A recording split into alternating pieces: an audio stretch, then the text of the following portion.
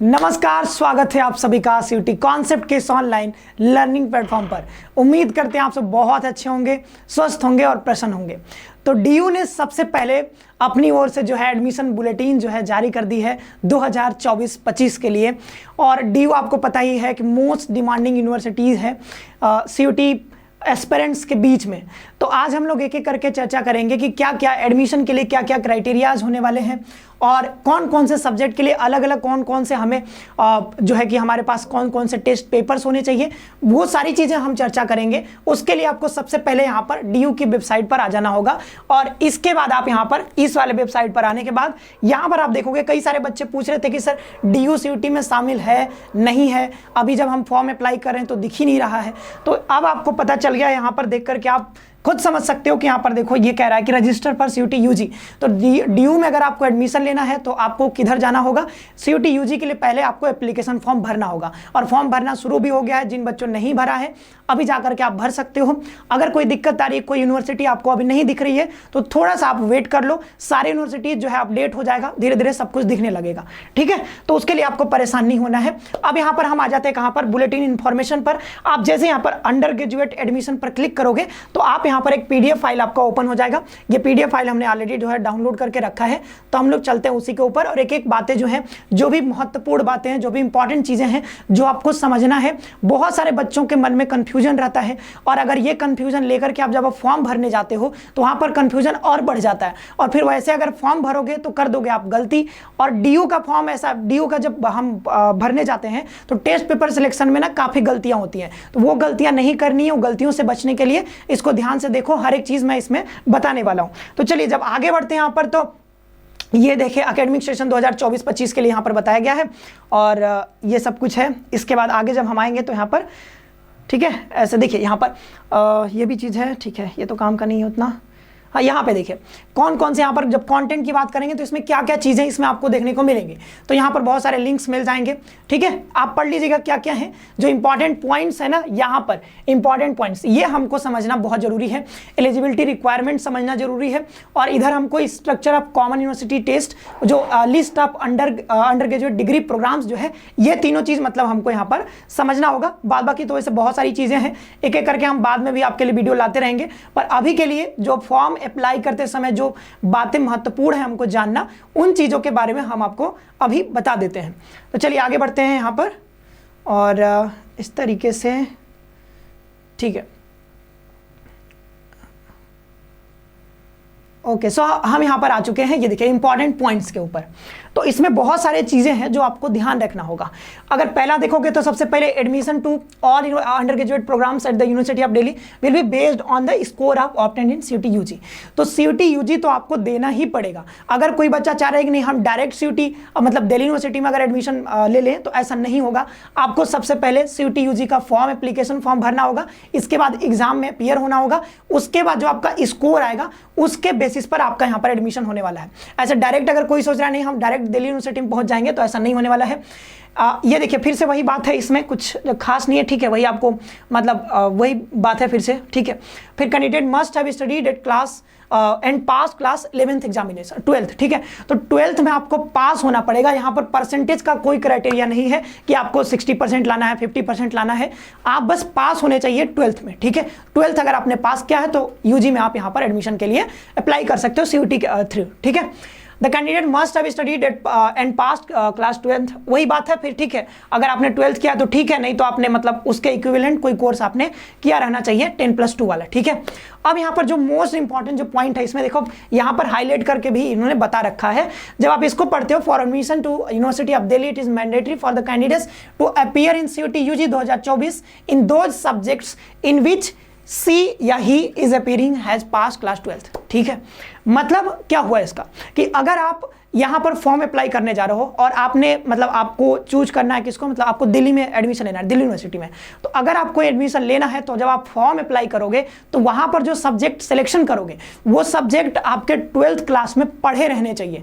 अगर आपने वो सब्जेक्ट नहीं पढ़ा है तो आप वो अप्लाई करते हो तो फिर दिल्ली यूनिवर्सिटी उसको कंसिडर ही नहीं करेगी। सपोज करो कि मैंने जो है यहाँ पर पीसीएम से जो है मैंने पढ़ाई करी थी। ठीक है, तो मैंने 12th में पीसीएम लिया और मेरे जो है सब्जेक्ट थे हिंदी थे और इंग्लिश भी था, 5 सब्जेक्ट है, ठीक है, physics chemistry math Hindi English. तो मुझे अगर मान लो दिल्ली यूनिवर्सिटी में अगर बीए में एडमिशन लेना है तो भी मैं जो सब्जेक्ट सेलेक्ट करूंगा, जो मैं एग्जाम में अपीयर होऊंगा, तो उसमें मैं बीए के सब्जेक्ट्स नहीं लूंगा, ठीक है, हिस्ट्री पॉलिटी मुझे नहीं लेना है, मुझे फिजिक्स केमिस्ट्री मैथ ही लेना है। और साथ ही साथ लैंग्वेज में या तो चाहूँ तो हिंदी भी ले सकता हूँ या तो चाहूँ तो इंग्लिश भी ले सकता हूँ, मन करेगा तो दोनों ले लूंगा। और जनरल टेस्ट के लिए ऐसा कोई क्राइटेरिया नहीं, क्योंकि जनरल टेस्ट का वैसा कोई पेपर होता ही नहीं है, ठीक है। तो जनरल टेस्ट आप लोग ले सकते हो, उसमें कोई दिक्कत नहीं है। लेकिन अगर आप यूजी के लिए आप अगर जाना चाहते हो, किसी भी कोर्स में अगर आप एडमिशन लेना चाहते हो, तो आप जब सब्जेक्ट सेलेक्ट करोगे, टेस्ट पेपर भरोगे सीयूटी यूजी के फॉर्म में, वो सारे के सारे पेपर, चाहे वो लैंग्वेज का पेपर हो चाहे डोमेन का सब्जेक्ट हो, वो वही सब्जेक्ट होंगे जो आपने अपने 12th क्लास में पढ़ रखे हैं। ये मोस्ट मतलब इंपॉर्टेंट पॉइंट है और यहीं पर बच्चे जो है कंफ्यूज हो जाते हैं। तो आई होप कि अब आपको कंफ्यूजन नहीं होगी, आप जो भी आपने 12th में पढ़े हैं वही सब्जेक्ट लीजिएगा। और यहाँ पर साथ ही साथ ये भी बताया गया है कि मान लो कि आपने जो है सब्जेक्ट पढ़ रखा है, वो सीयूटी यूजी जब आप फॉर्म अप्लाई करोगे तो वहां पर वैसा कोई सब्जेक्ट दिखेगा ही नहीं, मान लो नहीं दिख रहा है, ठीक है, ऐसा हो सकता है कई बार। तो जब नहीं होगा तो आप देखोगे कोई सिमिलर सब्जेक्ट है कि नहीं, जब आप फॉर्म अप्लाई कर रहे हो तो वहां पर टेस्ट पेपर भरते समय कोई सिमिलर सब्जेक्ट है क्या, और उसका सिलेबस कम से कम 50% जो है आपने जो पढ़ रखा है और जो वो मतलब टेस्ट पेपर है, दोनों का जो है सिलेबस कम से कम जो है 50% दोनों का ओवरलैपिंग होना चाहिए, ठीक है। ये सारी बातें यहाँ पर बताई गई हैं इस वाले सेक्शन में। जब इसको आप पढ़ोगे तो यही चीज़ यहाँ पे बताएगा। जैसे यहाँ पर एग्जांपल दिया गया कि अगर मान लो कि आपने बायोकेमिस्ट्री पढ़ा है 12th में, और तो आप यहाँ पर बायोलॉजी चूज कर लोगे ना, तो आपका काम चल जाएगा। जैसे बायोकेमिस्ट्री अगर आपको नहीं दिख रहा है इसमें फॉर्म में, तो आप यहाँ पर बायोलॉजी भी चूज कर लोगे तो यहाँ पर आपका काम चल जाएगा। फिर यहाँ पर देख लो ये सारे admission only on combination of language, ठीक है। तो वही जो भी आप ले रहे हो उसी के बेसिस पर यहाँ पर एग्जाम होगा, ठीक है, उसी के आधार पर यहाँ पर सिलेक्शन आपका होगा। ओनली द स्कोर, वही बात है फिर से, ठीक है। हाँ, आपको रिक्वायरमेंट आपको फुलफिल करना होगा, ठीक है, जो भी यहाँ पर आपसे मांगा जा रहा है प्रोग्राम के लिए, जो भी आप पेपर देने जा रहे हो, जो जिस भी कोर्स में आप एडमिशन लेना चाह रहे हो, उसके लिए आपको एलिजिबिलिटी क्राइटेरिया फुलफिल करना पड़ेगा। और यहाँ पर फिर से वही बात दोहराई गई है, बहुत लंबी चौड़ी है, आप चाहो तो इसको भी पढ़ सकते हो, ठीक है। एलिजिबिलिटी क्राइटेरिया के बारे में ही है इसमें भी कुछ खास नहीं है, ठीक है। जो खास था वो पहला वाला ही था जो हमने बता दिया है, ठीक है। और यहाँ पर है कि आप अगर मतलब कोई भी शिकायत है आपको करनी है सीयूटी यूजी से रिलेटेड, तो यहाँ पर ठीक है, ये इंटरटेन नहीं करेंगे, कुछ ऐसा लिखा हुआ है, ठीक है। आप इसको पढ़ लेना, इंपॉर्टेंट नहीं है उतना, इसलिए मैं इसको नहीं पढ़ रहा हूँ, ठीक है। तो यहाँ पर आप सारी चीज़ें आप चाहे तो पढ़ सकते हो, हर एक चीज़ यहाँ पे दिया हुआ है। वैसे खास बात जो थी मैंने बता दिया, गैप ईयर के बारे में बताया गया है। और हाँ, एक चीज़ और कि बच्चों के मन में कन्फ्यूजन रहता है कि सर मेरा उम्र ज़्यादा हो गया, मिनिमम एज कितना है। तो इसमें कहीं भी दिल्ली यूनिवर्सिटी में पार्टिसिपेट करने के लिए मिनिमम एज का कोई क्राइटेरिया नहीं है। आप 25 साल के हो गए हो तब भी आप यहाँ पर एडमिशन ले सकते हो, 26 साल हो गया तब भी एडमिशन के लिए मिनिमम एज का कोई क्राइटेरिया यहाँ पर नहीं है, ठीक है। अब आगे बढ़ते हैं हम यहाँ पर।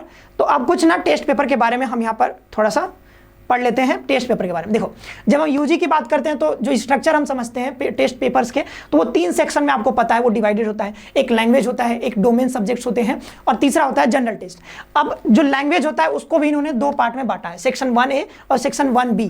अब इसी सेक्शन 1A और सेक्शन 1B को जो मतलब यहाँ पर दिल्ली यूनिवर्सिटी ने लिस्ट A कर दिया है, फिर इसको जो डोमेन वाला है इसको लिस्ट B के नाम से कर दिया है, ठीक है। तो उस हिसाब से तो यहाँ से आप देख लेना कि 1A में कौन सा आता है, 1B में कौन कौन से लैंग्वेज आते हैं, और टोटल 27 डोमेन है हमारे, तो ये भी देख लेना, ठीक है।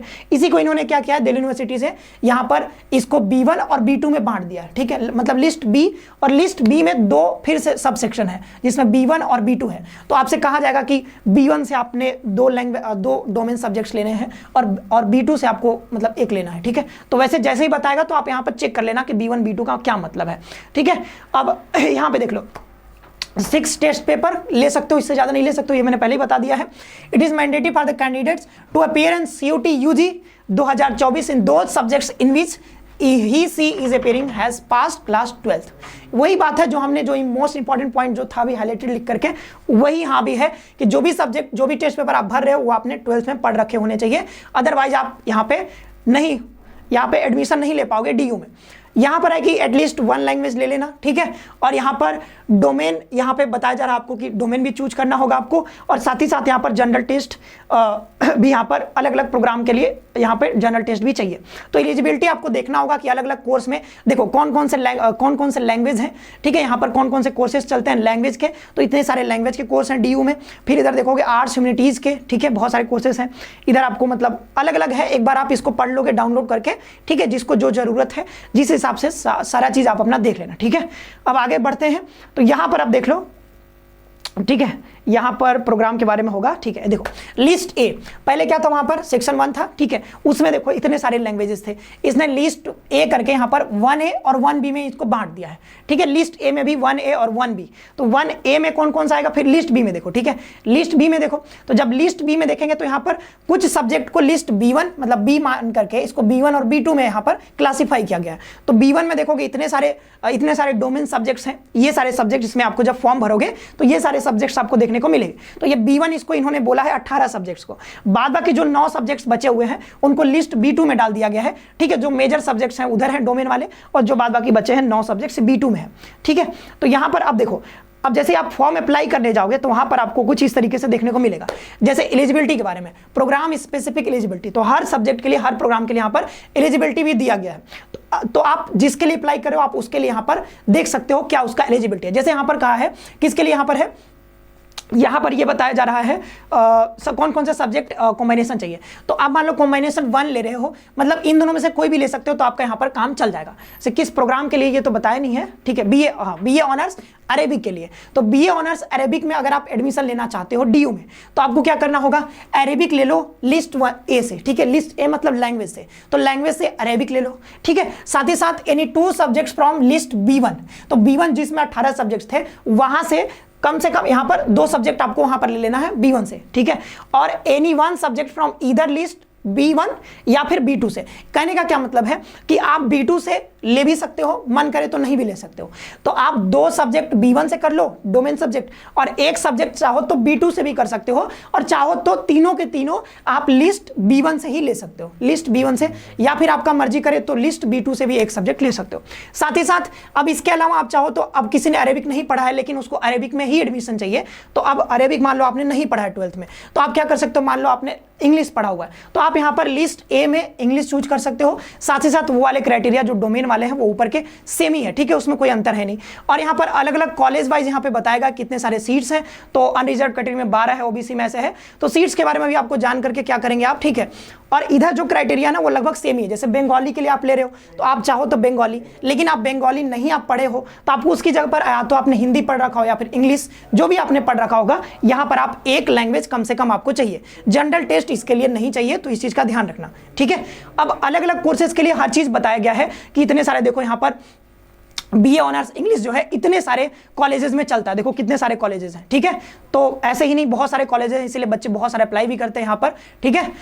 तो ये देख लो, अपना अपना जो जिस भी कोर्स में आपको अप्लाई करना है, आप आ करके यहाँ से इत्मीनान से आराम से अपना जो है एलिजिबिलिटी क्राइटेरिया चेक कर लेना, क्राइटेरिया चेक करने के बाद जा करके अप्लाई करना, ठीक है। अभी आपके पास बहुत टाइम है एप्लीकेशन फॉर्म भरने के लिए, तो आपको थोड़ा सा अभी वेट करना होगा कि जैसे ही आपको देखो कई सारे जो है यूनिवर्सिटीज अभी आपको नहीं दिख रहे होंगे, तो उसके लिए अभी थोड़ा सा आपको सब्र रखना पड़ेगा, और धीरे धीरे सारी यूनिवर्सिटीज अपडेट हो रही है, वेबसाइट अपडेट हो रहा है, जैसे ही अपडेट हो जाएगा सारी चीजें आपको दिखने लगेंगी, तो फिर आप सेलेक्ट कर लेना, ठीक है। तो अभी के लिए थोड़ा सा मतलब धैर्य रखो, धीरे धीरे सब कुछ ठीक हो जाएगा। आप लोग फॉर्म भी अप्लाई कोशिश करो करने की, अगर दिल्ली यूनिवर्सिटी दिख रहा है अभी तो ठीक है, नहीं दिख रहा है तो धीरे धीरे दिखने लगेगा, सारी यूनिवर्सिटीज दिखने लगेगी। और दिल्ली यूनिवर्सिटी इस काम में बहुत अच्छा करता है कि इन्होंने जो है मतलब सबसे पहले इसका एडमिशन, देखो सबसे पहले इंफॉर्मेशन बुलेटिन आ गया एडमिशन के लिए, और एडमिशन जो होता है सबसे पहले इनका जो है सबसे जो है बहुत फास्ट चलता है इनका, मतलब ये काम तो इनका बहुत अच्छा है। मतलब बीएचयू को जब हम देखते हैं तो बीएचयू बहुत स्लो काम करती है, लेकिन दिल्ली यूनिवर्सिटी इस काम में बहुत आगे है, मतलब बहुत फास्ट है, अच्छा लगता है, ठीक है। तो चलिए, तो आप लोग यहाँ पर अप्लाई कर सकते हैं दिल्ली यूनिवर्सिटी में। और साथ ही साथ तैयारी के लिए, अगर आप तैयारी करना चाहते हो, अभी आपके पास 2 महीने का लगभग टाइम है। 2 महीने में अगर आप अभी भी अभी आप फॉर्म भरेंगे, आपको डीयू में जाना है, तो डीयू में जाने के लिए आपको सीयूटी का एग्जाम देना होगा, उसके लिए आपको तैयारी भी करनी होगी जम करके, क्योंकि डीयू में जो है आपको अच्छे कॉलेजेस चाहिए, ठीक है, अच्छे कॉलेजेस चाहिए, तो यहाँ पर आपको अच्छे मार्क्स भी गेन करने होंगे, अच्छे स्कोर लाने होंगे आपके यूजी में, ठीक है, मतलब सीयूटी यूजी में। तो आपको इसके लिए क्या करना होगा, आप चाहो तो हमारे साथ जुड़ सकते हो सीयूटी कॉन्सेप्ट के साथ। यहाँ पर पिछले साल भी कई सारे बच्चों ने जो है हमारे साथ जुड़ करके मतलब अपना जो है सपना पूरा किया है, डीयू में अभी वो पढ़ रहे हैं, ठीक है, वहाँ के स्टूडेंट हैं, तो आप हमारे साथ जुड़ सकते हो। सीयूटी कॉन्सेप्ट का एप्लीकेशन प्ले स्टोर से डाउनलोड करके यहाँ पर आप जुड़ सकते हो हमारे साथ। और साथ ही साथ अगर यहाँ पर आप चाहो तो मैं एक नंबर लिख देता हूँ, ठीक है, और भी अगर आपको जानकारी चाहिए तो आप इस नंबर पर कॉल करके हमारे साथ जुड़ सकते हो और तैयारी कर सकते हो, ठीक है। तो यहाँ पर मैं नंबर लिख देता हूँ, इस नंबर पर आप चाहो तो कॉल भी कर सकते हो। इस नंबर के थ्रू कॉल करके ऑफिस में आप बात कर सकते हो और हमारे साथ जुड़ करके अपना सपना पूरा कर सकते हो। तो हर एक अपडेट के लिए आप चैनल को सब्सक्राइब करके बेल आइकन प्रेस कर लीजिएगा। मिलते हैं नेक्स्ट सेशन में। आप सभी का बहुत बहुत धन्यवाद। खुश रहिए और पढ़ते रहिए।